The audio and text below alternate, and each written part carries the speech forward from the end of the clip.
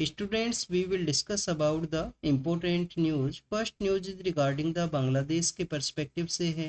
Students, Bangladesh के वहाँ पे पॉलिटिकल अनस्टेबिलिटी का सिचुएशन है और आप देखिए कि जो प्रोटेस्ट करने वाले पर्सन्स हैं उनके द्वारा डिमांड किया गया कि बांग्लादेश के जो चीफ जस्टिस हैं उनको रिमूव किया जाए या उनके द्वारा अपना जो रेजिग्नेशन है उसको सबमिट किया जाए। तो बांग्लादेश के जो चीफ जस्टिस हैं उनके द्वारा क्विट किया गया है उनके पोस्ट से। इसके अलावा बांग्लादेश के वहाँ पे जो माइनॉरिटी कम्युनिटीज हैं उनके द्वारा भी अपना जो सेफ्टी है उसके पर्सपेक्टिव से जो कंसर्न्स है उनको रेज किया गया। जब से वहाँ पे पॉलिटिकल अनस्टेबिलिटी का सिचुएशन क्रिएट हुआ है उसी समय से आप देखिए कि जो माइनॉरिटी कम्युनिटीज हैं बांग्लादेश के वहाँ पे उनके अगेंस्ट में जो अटैक्स हैं, जो वायलेंस के जो केसेज हैं वो सामने आए हैं। इंडियन अथॉरिटीज़ के द्वारा भी बांग्लादेश का जो इंटरिम गवर्नमेंट के हेड हैं उनके द्वारा डिस्कस किया गया है कि वहाँ पे जो माइनॉरिटी कम्युनिटीज़ का जो सेफ्टी है उसको इंश्योर किया जाए। इसके अलावा आप देखिए कि जो इंडियन पर्सनस है जिनका प्रेजेंस है बांग्लादेश के वहाँ पे, तो उनका भी जो सेफ्टी है उसके पर्सपेक्टिव से इंडियन अथॉरिटीज़ के द्वारा डिस्कस किया गया। स्टूडेंट्स, यहाँ पे जो चीफ जस्टिस है उसके पर्सपेक्टिव से डिस्कस किया गया है। तो आपको हमारे जो चीफ जस्टिस ऑफ इंडिया हैं उसके रिगार्डिंग में जो बेसिक इन्फॉर्मेशन है वो ज़रूर से होना चाहिए। आप देखिए कि इंडिया के अंदर अगर चीफ जस्टिस को अपना जो पोस्ट है उससे वैकेंट करना है या उनको रिजाइन करना है तो अपना जो रेजिग्नेशन है वो किसको सबमिट करना होता है? क्या यहाँ पे लॉ मिनिस्टर को अपना जो रेजिग्नेशन है वो सबमिट किया जाएगा चीफ जस्टिस ऑफ इंडिया के द्वारा? तो स्टूडेंट्स, लॉ मिनिस्टर को रेजिग्नेशन ना सबमिट करते हुए उनके द्वारा प्रेसिडेंट को जो रेजिग्नेशन है वो सबमिट किया जाता है। जो प्रेसिडेंट ऑफ इंडिया हैं उनको जो रेजिग्नेशन है वो सबमिट किया जाता है। आप देखिए कि चीफ जस्टिस ऑफ इंडिया का जो हाईएस्ट एज है वो क्या है? 65 का जो एज है वो इनके द्वारा कंप्लीट किया गया हो। हाईएस्ट एज है जो 65 आपको देखने के लिए मिलता है। तो this is all the information जो हमने chief justice of Bangladesh and chief justice of India के पर्सपेक्टिव से डिस्कस किया। बांग्लादेश का जो बेसिक इंफॉर्मेशन है हमारे जो 5 स्टेट्स हैं उनके साथ अपना एरिया है वो शेयर करता है। कौन कौन से स्टेट्स हैं स्टूडेंट्स? वेस्ट बंगाल है यहाँ पे। वेस्ट बंगाल के अलावा आप देखिए कि आसाम है। आसाम के अलावा स्टूडेंट्स अगर हम डिस्कस करें तो यहाँ पे आपको मेघालय है। मेघालय के अलावा आप देखिए कि मिजोरम है। और मिजोरम के अलावा आपको जो त्रिपुरा स्टेट है वो उनके द्वारा अपना जो एरिया है वो शेयर किया जाता है। 4096 किलोमीटर का जो एरिया है वो आपको देखने के लिए मिलेगा। और इम्पोर्टेंस क्या है बांग्लादेश का इंडिया के साथ में? तो आप देखिए कि हमारे जो नॉर्थ ईस्ट के जो स्टेट्स हैं उनके साथ में जो कनेक्टिविटी को बूस्ट करने के लिए इम्पोर्टेंट है। रोहिंग्या क्राइसिस को यहाँ पे एब्जॉर्व किया गया है बांग्लादेश के द्वारा। बट वहाँ पे भी अगर कंटिन्यूस पॉलिटिकल अनस्टेबिलिटी का सिचुएशन रहेगा तो इंडिया के अंदर में आपको जो माइग्रेशन है वो देखने के लिए मिल सकता है कि जो म्यांमार के अंदर में ऑलरेडी पॉलिटिकल अनस्टेबिलिटी का सिचुएशन है, बांग्लादेश के वहाँ पे भी अगर सिचुएशन क्रिएट होता है तो इंडिया के ऊपर आपको जो रिसोर्सेज के ऊपर जो प्रेशर है या इलीगल जो माइग्रेशन है वो आपको देखने के लिए मिल सकता है। नेक्स्ट अगर हम डिस्कस करें वायनाड के पर्सपेक्टिव से है। वायनाड कहाँ पे है? केरल के वहाँ पे सिचुएटेड है। सपोज कीजिए केरल का मैप है और केरल के यहाँ पे जो नॉर्थ ईस्टर्न पार्ट है जो कि कर्नाटका एंड तमिलनाडु के साथ में अपना एरिया शेयर करता है, वहाँ पे वायनाड है वो सिचुएटेड है। वायनाड के वहाँ पे लैंडस्लाइड का सिचुएशन क्रिएट हुआ। हमारे काफ़ी सारे ऐसे एरियाज हैं जो आप देखिए कि जहाँ पे लैंडस्लाइड का जो इश्यू है वो आपको कंटिन्यूस देखने के लिए मिलेगा। उन एरियाज के अंदर में हमारा जो नॉर्थ ईस्ट के जो स्टेट्स हैं, इसके अलावा जो हिमालयन रीजन है, और आप देखिए कि वेस्टर्न घाट का जो एरिया है जहाँ पे आपको जो लैंडस्लाइड का जो इश्यू है हमेशा मानसून के समय में आपको वहाँ पे देखने के लिए मिलता है। लैंडस्लाइड इंडेक्स के बारे में भी आपको पता होना चाहिए। आप देखिए कि हमारा जो नेशनल रिमोट सेंसिंग सेंटर है, इसके अलावा इसरो के द्वारा उस लैंडस्लाइड इंडेक्स है उसको रिलीज किया जाता है। इसके बारे में भी हमने यहाँ पे डिस्कस किया। पीएम सर के द्वारा वायनाड के वहाँ पे विजिट किया गया है। रिहेबिलिटेशन का जो प्रोसेस है उसके बारे में उनके द्वारा डिस्कस किया गया। आप देखिए कि वहाँ से जो मेंबर ऑफ पार्लियामेंट चुने गए थे अभी तो उनके द्वारा रिजाइन किया गया है। जो हमारे प्रेजेंट लीडर ऑफ अपोजिशन हैं उनके द्वारा भी यहाँ पे डिमांड किया गया था गवर्नमेंट से कि जो वायनाड के अंदर लैंडस्लाइड का जो इश्यू है उसको नेशनल डिजास्टर के रूप से डिक्लेयर किया जाए, जिससे कि बेटर वे में जो रिहेबिलिटेशन के रिगार्डिंग में जो फंड है उसका लोकेशन किया जा सके और वहाँ पे बेटर वे में रिहेबिलिटेशन को इंश्योर किया जा सके वहाँ पे जो ट्राइबल कम्युनिटीज़ है उनकी रिगार्डिंग में। वायनाड के पर्सपेक्टिव से एक बेसिक इन्फॉर्मेशन आपको ये भी पता होना चाहिए कि कावेरी रिवर के पर्सपेक्टिव से हम रीड करते हैं तो आप देखिए कि कावेरी का एक ट्राइब्यूटरी है काबिनी रिवर। काबिनी रिवर का जो फ्लो है वो आपको इसी एरिया से देखने के लिए मिलेगा। कावेरी रिवर का जो फ्लो है, जो मेन कावेरी रिवर है, उसका जो फ्लो है वो आपको केरल से नहीं देखने के लिए मिलता है। उसका ओरिजिन कहाँ से है? ब्रह्मगिरी हिल्स के वहाँ पे ताल कावेरी नाम की जो जगह है, ब्रह्मगिरी हिल्स जो कि कर्नाटका के वहाँ पे सिचुएटेड है। तो आप देखिए कि कावेरी का जो ट्राइब्यूटरीज है वो फ्लो किया करती हैं केरल के वहाँ पे। मेन जो कावेरी रिवर है उसका फ्लो आपको नहीं देखने के लिए मिलेगा। तो वायनाड के पर्सपेक्टिव से था, आपको नेशनल डिजास्टर के बारे में भी जानकारी होना चाहिए। आप देखिए कि नेशनल डिजास्टर के पर्सपेक्टिव से फाइनेंस कमीशन, जो 10th फाइनेंस कमीशन है, उनके द्वारा एग्जामिन किया गया था कि जब भी कोई डिजास्टर या क्लाइमेटिक का सिचुएशन क्रिएट होता है, उनके द्वारा 1/3 ऑफ स्टेट को अगर डिस्टर्ब किया जाता है, उसकी पॉपुलेशन वहाँ पे इम्पैक्ट होता है, तो आपको वो डिजास्टर है उसको नेशनल डिजास्टर के रूप से डिक्लेयर कर सकते हो। हिंडनबर्ग के द्वारा एक रिपोर्ट को पब्लिश किया गया। आप देखिए कि हिंडनबर्ग बेसिकली क्या है, हमारे जो कॉरपोरेट सेक्टर के अंदर में जो भी मिसकंडक्ट है उसके रिगार्डिंग में, इनके द्वारा जो मिसकंडक्ट है उसके रिगार्डिंग में जो रिपोर्ट्स है वो आपको देखने के लिए मिलता है। तो एक रिसर्च इंस्टीट्यूशन या नॉन प्रॉफिट ऑर्गेनाइजेशन के रूप से आप इसको रिकॉग्नाइज कर सकते हो, जिसको कि 2017 के समय इस्टेब्लिश किया गया था। एक नाथन एंडरसन नाम के एक पर्सन है, उनके द्वारा 2017 के समय इसको इस्टेब्लिश किया गया। आप देखिए कि जो हिंडनबर्ग जो नेम है, हिंडनबर्ग जो नेम है, एक 1937 के समय में एक डिजास्टर हुआ था यूएस के वहाँ पे। तो उस डिजास्टर का जो नेम है हिंडनबर्ग, वहाँ से ये जो नेम है वो लिया गया है। इनका जो मेन मैंडेट यही है कि जो मैन मेड डिजास्टर्स हैं, कभी कभी आप देखिए कि कॉरपोरेट सेक्टर के अंदर में जो फ्रॉड्स हैं, कॉरपोरेट सेक्टर के अंदर जो मिसकंडक्ट है, उसकी वजह से अपने फेवरेबल पर्सन को कहीं पे अपॉइंट किया जाएगा और उसका जो मिसकंडक्ट है या जो उसका जो आप देखिए कि इम्पैक्ट है डिफरेंट डिफरेंट एरियाज के अंदर में आपको देखने के लिए मिलता है। तो जो भी यहाँ पे फ्रॉड्स हैं या मैन मेड डिजास्टर्स जो क्रिएट होते हैं लेस अकाउंटेबिलिटी की वजह से, लेस यहाँ पे जो क्वेश्चनिंग की वजह से, तो आप देखिए कि उनको रोकने की रिगार्डिंग में इनका जो मेन टारगेट है वो आपको देखने के लिए मिलेगा। तो इनके द्वारा जो सेबी के जो चीफ हैं उनके फैमिली मेंबर्स के भी, जो अडानी ग्रुप्स हैं उसके फंड्स के अंदर में जो इन्वेस्टमेंट है उसके पर्सपेक्टिव से डिस्कस किया गया है। आप देखिए कि इनके द्वारा ऑलरेडी पहले भी जो स्टॉक का जो मैनिपुलेशन है उसके रिगार्डिंग में इनके एलिगेशंस थे हिंडनबर्ग के द्वारा। तो हिंडनबर्ग एक ऑर्गेनाइजेशन है जिनके द्वारा कॉरपोरेट सेक्टर के जो करप्शन है या मिसकंडक्ट है उसके रिगार्डिंग में जो क्वेश्चंस हैं उनको रेज किया जाता है। तो स्टूडेंट्स, अगर हम प्रिंसिपल ऑफ नेचुरल जस्टिस के बारे में रीड करते हैं, आप देखिए कि यहाँ पे बताया गया कि जो सेबी के जो चीफ हैं उनके द्वारा ही फंड्स के अंदर में कुछ इन्वेस्टमेंट है उसको किया गया है। तो आप देखिए कि यहाँ पे जो अडानी ग्रुप के अगेंस्ट में इन्वेस्टिगेशन को कैरी करना था, तो ये against the principle of natural justice का जो कॉन्सेप्ट है उसकी कम्प्लीटली अगेंस्ट में है।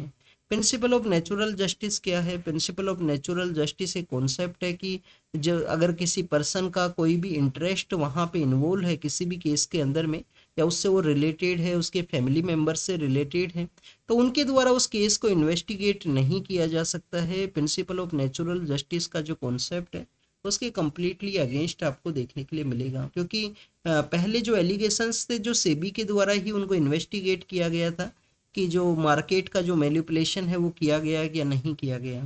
नेक्स्ट अगर हम बात करें गाजा स्ट्रिप के पर्सपेक्टिव से है, आप देखिए कि 7 अक्टूबर का वो अटैक है जब हमास के द्वारा इजराइल के ऊपर अटैक किया गया था। उसके लेटर फेज के अंदर में इजराइल के द्वारा काउंटर अटैक किया गया और उसी काउंटर अटैक के अंदर में एक गाजा का जो काफ़ी सारा एरियाज है, 90% ऑफ पॉपुलेशन है, उसका जो डिस्प्लेसमेंट आपको देखने के लिए मिलेगा। अब आप देखिए कि गाजा के अंदर एक स्कूल शेल्टर के अंदर अटैक किया गया है। इजराइल की जो एयर फोर्स है, एयर जो डिफेंस सर्विस है, उनके द्वारा वहाँ पे स्ट्राइक किया गया जिसके अंदर 93 जो पर्सन है उनका डेथ हुआ है। गाजा का जो लोकेशन है वो आपको जरूर से पता होना चाहिए। आप देखिए कि सपोज कीजिए इजराइल है, सपोज कीजिए इजराइल है, इजराइल के यहाँ पे जो गाजा स्ट्रिप है वो सिचुएटेड है। Gaza strip one of the congested area आपको देखने के लिए मिलेगा। इसके जो 3 साइड्स के एरिया हैं उसको बॉर्डर किया जाता है इजराइल की जो डिफेंस फोर्सेज है उनके द्वारा। यहाँ पे आप देखिए कि मेडिटेरियन सी है, क्या मेडिटेरियन सी का डायरेक्ट एक्सेस आपको देखने के लिए मिलेगा गाजा के द्वारा? तो डायरेक्ट एक्सेस नहीं है। कोई एयर स्ट्रिप है वो भी वहाँ पे प्रेजेंट नहीं है गाजा के वहाँ पे। पर आप देखिए कि इसका जो सदर्न पार्ट है, जिसको कि सदर्न पार्ट है, इसका जो बॉर्डर एरिया है, इसको जो बॉर्डर किया जाता है वो आपको देखने के लिए मिलता है। इसको हम रफा बॉर्डर के नाम से जाना करते हैं और इसको बॉर्डर किया जाता है इजिप्ट के द्वारा। क्योंकि यहाँ पे जो इजिप्ट का जो कौन सा पेनिनसुला सिचुएटेड है, सिनाई पेनिनसुला आपको देखने के लिए मिलेगा।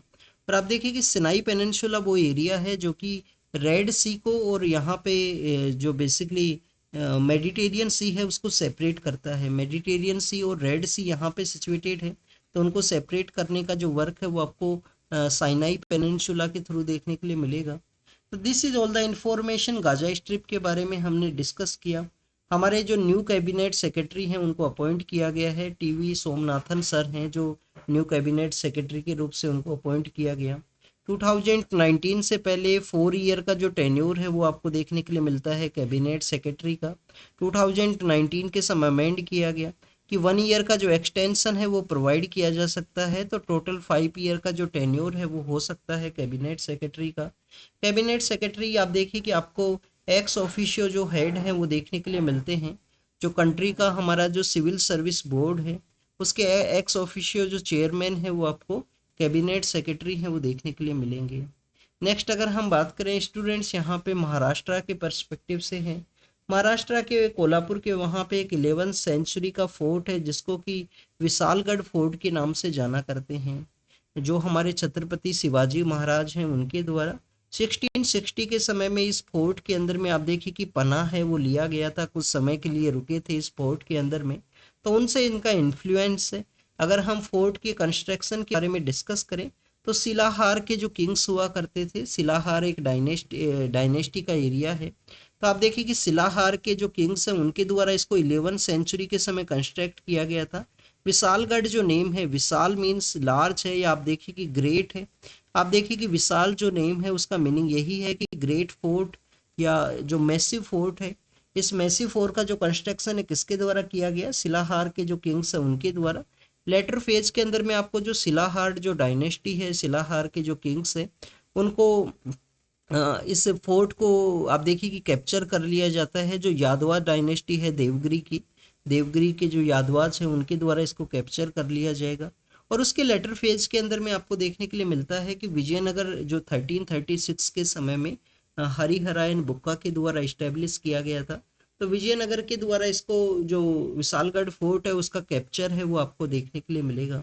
छत्रपति शिवाजी महाराज के द्वारा कुछ समय है वो बिताया गया था इस विशालगढ़ फोर्ट के अंदर में।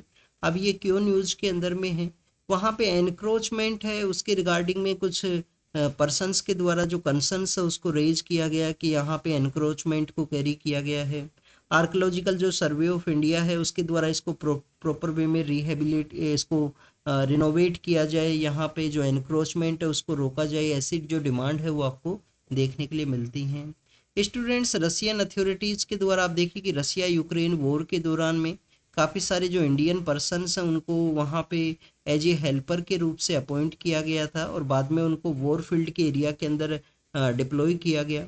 क्योंकि आप देखिए कि काफ़ी सारे ऐसे इंडिया के अंदर ऐसे पर्सन्स आपको देखने के लिए मिलते हैं जो एम्प्लॉयमेंट अपॉर्चुनिटी की वजह से विदेश के लिए जाया करते हैं। तो उस समय में उनको जो वॉर एरिया के अंदर डिप्लॉय किया गया, एक पर्सन का जो डेथ का जो न्यूज़ है वो भी सामने आया था। तो स्टूडेंट्स, उसी के रिगार्डिंग में यहाँ पे डिस्कस किया गया है कि एम्बेसी के द्वारा बताया गया कि जब से हमारे जो पॉलिटिकल लीडर हैं उनका विजिट हुआ है बायलेटरल समिट्स के दौरान में, तो आप देखिए कि वहाँ पे जो इंडियन पर्सन्स है उनका डिप्लॉयमेंट है उसको नहीं किया गया है, ये एम्बेसी के द्वारा यहाँ पे कहा गया। पर कुछ पर्सन्स के जो रिलीज के बारे में डिस्कशन था उनको जल्द ही रिलीज कर दिया जाएगा, जो इंडियन पर्सन्स है जो कि रसिया के वहाँ पे जिनको यूक्रेन वॉर के अंदर डिप्लॉय किया गया था एज ए हेल्पर के रूप से। नेक्स्ट अगर हम बात करें ग्लेशियर लेक्स है उनका जो नंबर्स है वो इंक्रीज हुए हैं। आप देखिए कि लास्ट ईयर हमने सिक्किम के वहाँ पे जो ग्लेशियर लेक आउटब्रस्ट फ्लड है उसके रिगार्डिंग में रीड किया था। ग्लेशियर लेक आउटब्रस्ट फ्लड का जो सिचुएशन है, आपको ग्लेशियर का जो नियर बाई एरिया है वहाँ पे सपोज कीजिए ग्लेशियर है, ग्लेशियर का जो मेल्टिंग है, ग्लेशियर का मेल्टिंग है या वहाँ पे जो सिल्ट है उसकी वजह से यहाँ पे एक लेक है वो क्रिएट होगा। आप देखिए कि अगर मेल्टिंग वहाँ पे हायर आपको देखने के लिए मिलेगा, तो वो जो लेक वहाँ पे क्रिएट हुआ है उसका जो मोर देन कैपेसिटी का अगर वाटर रिसीव होने के दौरान में यहाँ पे जो फ्लड का जो सिचुएशन है वो उसके अंदर ब्रस्ट आउट का सिचुएशन क्रिएट होने के दौरान में आप देखिए कि जो फ्लड का जो सिचुएशन है प्लेन्स के एरिया में क्रिएट हो सकता है। तो हमारे जो हिमालयन एरिया है, जो ट्रांस हिमालयाज का एरिया है, वहाँ पे या तिबेतियन एरिया के अंदर में रिवर्स के नियर बाई एरियाज के अंदर में ग्लेशियर लेक्स का जो नंबर्स है वो इंक्रीज हुआ है। और ये आने वाले समय के अंदर में हमारा जो इंफ्रास्ट्रक्चर है, जो वहाँ पे जो डेवलपमेंट के प्रोजेक्ट्स हैं उनके रिगार्डिंग में कंसर्न्स है उसको रेज करता है। कंसर्न्स को ये रेज करता है कि स्टूडेंट्स आप देखिए कि आने वाले समय के अंदर में अगर यहाँ पे ग्लेशियर लेक आउटब्रस्ट फ्लड का जो सिचुएशन क्रिएट होगा, जो इंफ्रास्ट्रक्चर प्रोजेक्ट्स हैं उनको डैमेज है वो हो सकता है, ह्यूमन लाइफ का जो लॉस है वो भी यहाँ पे हो सकता है। सतलुज रिवर के पर्सपेक्टिव से डिस्कस किया गया कि मानसरोवर लेक से जब ये ओरिजिनेट करती हैं, तो आप देखिए कि सतलुज लेक के अंदर में जितनी लेक्स हुआ करती थी, सतलुज रिवर के वहाँ पे जितना लेक्स हुआ करते थे उनके जो नंबर्स हैं वो डबल हुए हैं लास्ट 5 ईयर्स के अंदर में। क्योंकि जो ग्लेशियर का जो मेल्टिंग है वो भी स्पीड यहाँ पे इंक्रीज हुआ होगा। तो उसकी वजह से आप देखिए कि ग्लेशियर लेक आउटबर्स्ट फ्लड है वो आपको मोर नंबर्स के अंदर में हो सकता है आने वाले दौरान में। वाइल्ड एलिफेंट के द्वारा अटैक किया गया छत्तीसगढ़ के अंदर में, तो आप देखिए कि वाइल्ड एनिमल्स हैं, जो एलिफेंट हैं या एनिमल्स हैं उनके और ह्यूमन लाइफ का जो आपको कन्फ्लिक्ट है वो समय समय पे न्यूज के अंदर देखने के लिए मिलेगा। क्या इसके मेन रीजंस हैं? क्या तो आप देखिए कि ह्यूमन पर्सन्स के द्वारा इनका जो डोमेन एरिया है उसके अंदर एनक्रोचमेंट किया गया हो, या इनके द्वारा अपना जो ये डोमेन एरिया है फॉरेस्ट का एरिया उससे ये बाहर आए हों, तो उस समय में आपको जो कन्फ्लिक्ट है वो देखने के लिए मिलता है। केरल के वहाँ पे काफ़ी सारी न्यूज़ हैं वो सामने आती हैं समय समय पे कि वहाँ पे एलिफेंट्स के द्वारा अटैक किया गया, स्पेशली जो इडुक्की का जो एरिया है वहाँ पे। तो आप देखिए कि इसके रिगार्डिंग में काफ़ी सारे जो इनिशिएटिव्स हैं उनको भी लॉन्च किया गया है इन्वायरमेंट मिनिस्ट्री के द्वारा, जिससे कि जो एलिफेंट्स है और उनका ह्यूमंस का जो कन्फ्लिक्ट है वो ना इंक्रीज हो। आपको एक बी का जो कॉन्सेप्ट है वो भी देखने के लिए मिलता है। बेसिकली ये बी का जो कॉन्सेप्ट है वो क्या है कि जो मधुमक्खियां हैं, जो हमारा हनी बीज है उनको लगाया जाता है ह्यूमन जो सेटलमेंट्स हैं उनके नियर बाई एरियाज के अंदर में, जिससे कि एलिफेंट्स हैं जो ह्यूमन सेटलमेंट्स के एरिया के अंदर एंटर ना करें। नेक्स्ट अगर हम बात करें ग्रेट बैरियर रीफ है उसके बारे में है। ग्रेट बैरियर रीफ है वो कहाँ पे है? ऑस्ट्रेलिया के वहाँ पे है। तो उसका जो टेम्परेचर है लास्ट 1 डिकेड के अंदर में कंटिन्यूस इंक्रीज हुआ है। और उसके बारे में डिस्कशन ये है कि ग्रेट बैरियर रीफ के अंदर टेम्परेचर इंक्रीज होने की वजह से मास लेवल के ऊपर में आपको जो कोरल है उनका ब्लीचिंग देखने के लिए मिलेगा, या उनका जो मोर्टिलिटी है, उनका जो डेथ है वो देखने के लिए मिलता है। तो ह्यूमन इंड्यूस जो क्लाइमेट चेंज है उसका ये इम्पैक्ट है। और आप देखिए कि जो पेरिस का हमारा टारगेट है 2015 का, जो COP21 का मीटिंग हुआ था पेरिस के अंदर में, COP21 किसका? UNFCCC का COP21। तो आप देखिए कि उसका जो टारगेट है कि 1.5 डिग्री प्री इंडस्ट्रियल एरा के वहाँ का जो टेम्परेचर है उसको मेंटेन करना है।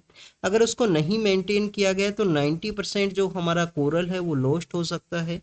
और जो काफ़ी ज़्यादा इम्पोर्टेंट है हमारा जो सी का जो स्पीसीज है उनके पर्सपेक्टिव से।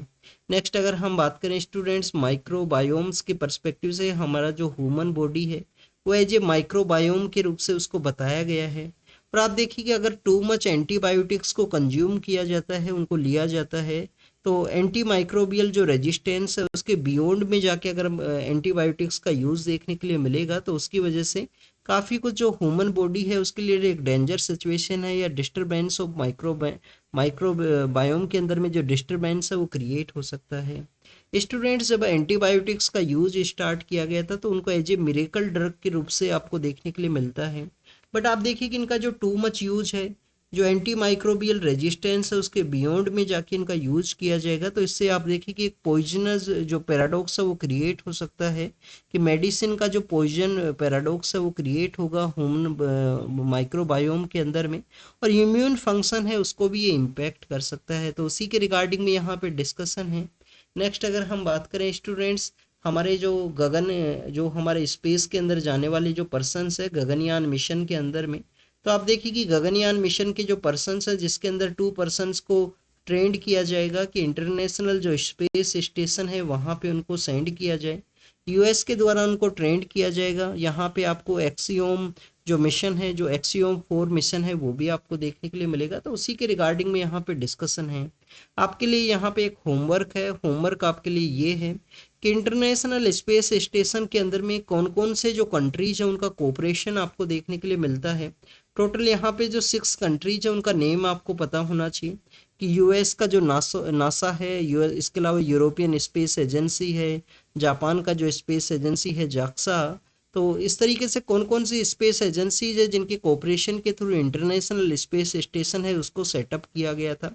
तो इंटरनेशनल स्पेस स्टेशन के अंदर में 2 हमारे गगनयान के जो एस्ट्रोनॉट्स हैं उनको विजिट किया जाएगा। यूएस के द्वारा उनको यहाँ पे ट्रेन किया गया है। स्टूडेंट, सऊदी और हमारा जो मिडिल ईस्ट के जो कंट्रीज हैं, आप देखिए कि जो मिडिल ईस्ट के जो कंट्रीज हैं या वेस्ट एशिया के जो कंट्रीज हैं वहाँ पे जो माइग्रेंट वर्कर्स हैं उनके रिगार्डिंग में डिस्कस किया गया है। आप देखिए कि प्रेजेंट समय में जो माइग्रेंट वर्कर्स हैं, जो आपको गल्फ कोऑपरेशन काउंसिल के पर्सपेक्टिव से अगर हम डिस्कस करें, गल्फ कोऑपरेशन काउंसिल जो कि कब सेटअप किया गया था, 1981 के समय में। कौन कौन से कंट्रीज हैं? 6 कंट्रीज हैं यहाँ पे गल्फ कोऑपरेशन काउंसिल के। वहाँ पे ये आपका होमवर्क है, आपको कमेंट सेक्शन के अंदर बताना है कि सऊदी है, यूनाइटेड अरब अमीरात है, कुवैत है। कुवैत के अलावा यहाँ पे कौन कौन से कंट्रीज हैं वो आपको कमेंट सेक्शन के अंदर जरूर से बताना। आप 6 कंट्रीज हैं टोटल गल्फ कोऑपरेशन काउंसिल के। तो 5.5 मिलियन पर्सन है उनका वहाँ पे प्रेजेंस है। सऊदी के अंदर ही आपको बेसिकली 39 लाख के आसपास जो पर्सन है वो देखने के लिए मिलते हैं। आप देखिए कि इसके अंदर फीमेल जो माइग्रेंट वर्कर्स है उनका भी प्रेजेंस है। तो आपको जो मोर पेट्रियार्कल सोसाइटी होने की वजह से फीमेल जो माइग्रेंट वर्कर्स हैं उनके रिगार्डिंग में जो अब्यूज़ का जो सिचुएशन है वो आपको देखने के लिए मिलता है। माइग्रेंट वर्कर्स को जो बेसिक वर्किंग कंडीशंस है उनका अवेलेबिलिटी आपको नहीं देखने के लिए मिलेगा, जिसके अंदर यहाँ पे माइग्रेंट वर्कर्स का जो डिमांड है कि 10 आवर का उनका वर्किंग कंडीशन हो, उनको एक लीव है वो भी ग्रांट किया जाए, उनको लीव ग्रांट किया जाए। उनका जो बेसिक यहाँ पे जो रहने के लिए जो जगह है उनको यहाँ पे प्रोवाइड किया जाए, और भी काफ़ी सारी डिमांड है। अभी रिसेंटली आपको कुछ वहाँ पे जो लॉज हैं वो देखने के लिए मिलते हैं जिसके अंदर माइग्रेंट जो डोमेस्टिक हेल्प वर्कर्स हैं उनको कवर नहीं किया गया है, उनके एक्सक्लूड का जो इम्पैक्ट है वो देखने के लिए मिल सकता है। क्लियर यहाँ पे एक मिनिमम वेज का जो कॉन्सेप्ट है वो होना चाहिए, तो उसी की डिमांड के रिगार्डिंग में है। आप देखिए कि हमारे यहाँ पे भी लेबर के परस्पेक्टिव से 4 जो कोड्स हैं वो लाए गए थे, जिससे कि लेबर एरियाज के जो सभी लॉज हैं उनको यहाँ पे एक जगह है वो किया जा सके उन 4 कोडिफिकेशन के थ्रू में। नेक्स्ट अगर हम बात करें बांग्लादेश के अंदर पॉलिटिकल अनस्टेबिलिटी का इंडिया के यहाँ पे क्या सिचुएशन रहेगा, तो एक तो कनेक्टिविटी का सिचुएशन है।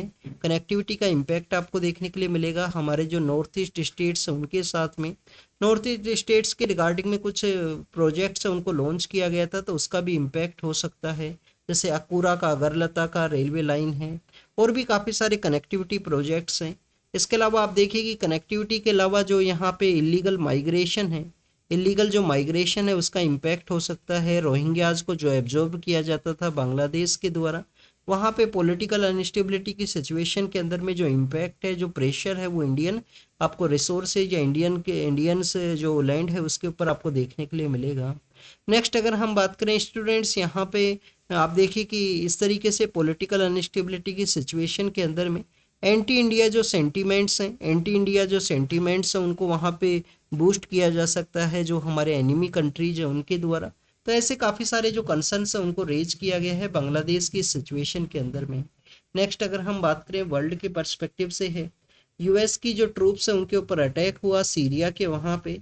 आप देखिए कि सीरिया के वहाँ पे कंटिन्यूस ये सेकंड अटैक है वो देखने के लिए मिला है यूनाइटेड स्टेट ऑफ अमेरिका की जो ट्रूप्स हैं उनके अगेंस्ट में।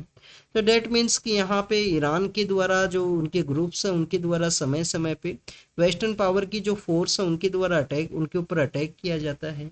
नॉर्दर्न पार्ट ऑफ कोरिया के वहाँ पे फ्लड का जो सिचुएशन है वो देखने के लिए मिला है, उसके बारे में है।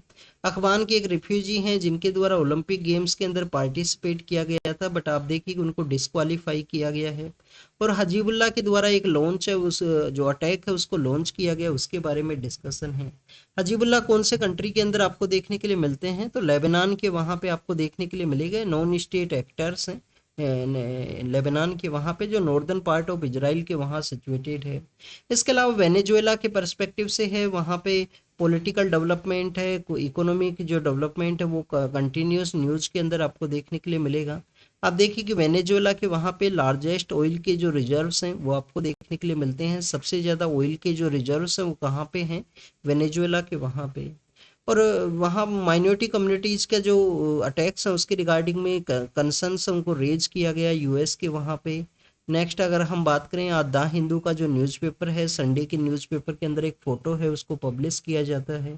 फ़ोटो के अंदर बताया गया है कि केरल का जो कोस्टल एरिया है वहाँ पे रफ नेचर ऑफ वेव्स हैं वो आपको देखने के लिए मिलती हैं। और ये जो रफ नेचर ऑफ वेव्स हैं वो बेसिकली हमारे जो फिशरमैन्स हैं, जो फिशरमैन्स का जो कम्युनिटी है उनके लिए काफ़ी ज़्यादा जो डिफ़िकल्ट सिचुएशन है वो आप देखिए कि कोस्टल एरिया के अंदर में, या जो सी का जो एरिया है वहाँ पे क्रिएट करती हैं। इसके बिहाइंड की क्या रीजन है, अनसाइंटिफिक वे में जो कंस्ट्रक्शन है उसको कैरी किया गया कोस्टल एरिया के अंदर में। कोस्टल जो लैंड है उसका इरोजन है, उसकी वजह से आपको यहाँ पे अन जो रफ नेचर ऑफ वेव्स हैं या रफ नेचर ऑफ सी है वो आपको देखने के लिए मिलेगा। तो student, this is all the information related to the today's newspaper. आप इसको रीड कीजिए, रिवाइज कीजिए, जो भी इंफॉर्मेशन आपको मिला हो उसको नोट डाउन कीजिए। Thank you students, thank you very much.